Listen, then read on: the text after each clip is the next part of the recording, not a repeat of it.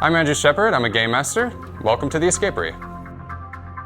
An escape room is kind of like an adventure, but just put in one room. We kind of try to tell a story with every room, so as you're solving all of the puzzles and doing all of the riddles and whatnot, you kind of figure out pieces of the story as you're going along. I think there's a lot of elements that kind of go into it. There's something for everybody to enjoy. There's a lot of teamwork involved. It's a lot of brain teasers, that kind of thing. I think you kind of discover things about yourself along the way, like things you didn't know that you were good at, or how you react under pressure and things like that. So I think it's just a very eye-opening experience for some people. I think I'm a little biased, but I think having like a good story for the escape room is what's really good. I mean, actually, like, instead of just finding out like, some numbers to put in here, actually having like pieces of a story, or feeling like you're really a part of something and working towards a goal, I think makes a good escape room. Good afternoon, students. You all have one thing in common, and that is that you are failing my class. Now, to earn a little bit of extra credit, we worked up a little project for you. We recently discovered a letter in our archives from one disgraced scientist, Jillian Grace. It implies that she discovered the secret of time travel, and that it also got her into a bit of danger. Now we have her laboratory here. It's been abandoned for about 100 years. Your first challenge is to get the power up and running. Some of the rooms have been here for a while, and like the original owner conceptualized a lot of the rooms, but some of it's just kind of like we do it as we go. We're currently working on turning around another room. Sometimes when puzzles break or we need to fix things, we kind of work it on the fly and that kind of thing. We're always building and evolving here, so it's a bit of a team effort.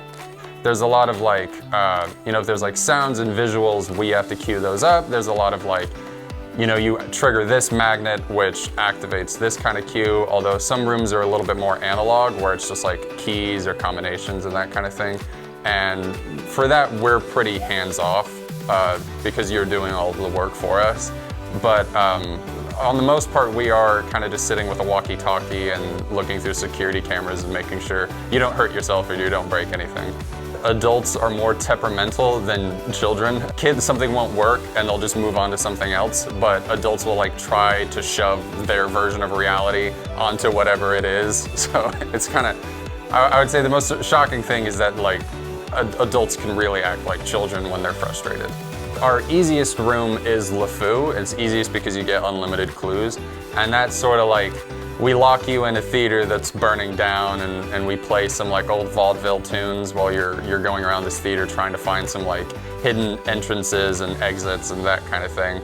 And that's a little bit more analog. It's got a lot more like keys and number combinations, that kind of thing. Silo is our hard room, and that's like a missile launch. You're trying to prevent a missile from hitting whatever town you're from. We always do like, where are you guys from? And then say the name of the town is getting aimed at by a missile. And then that's a lot of, that involves a lot of computers. So there's some elements of like going through computer systems and looking through security cameras. That's definitely a lot more hands-on. And then our very hard room is Jack the Ripper, where you are trying to prevent a sixth victim of Jack the Ripper. You're trying to go into his abandoned butcher shop, and that's a lot of keys and combinations, and that's a lot of puzzles packed into an hour. So that's like an endurance test. That's all about getting something and moving on to the next one. This is gonna sound mean. Expect not to win. Just try to like throw yourself into the experience and just try to have fun. It's a bit like winning at bumper cars. You're just here to have fun. So if you don't beat the room, it's fine. We're not going to judge you. Just try to really enter into the experience and just kind of lose yourself in the whole adventure of it all.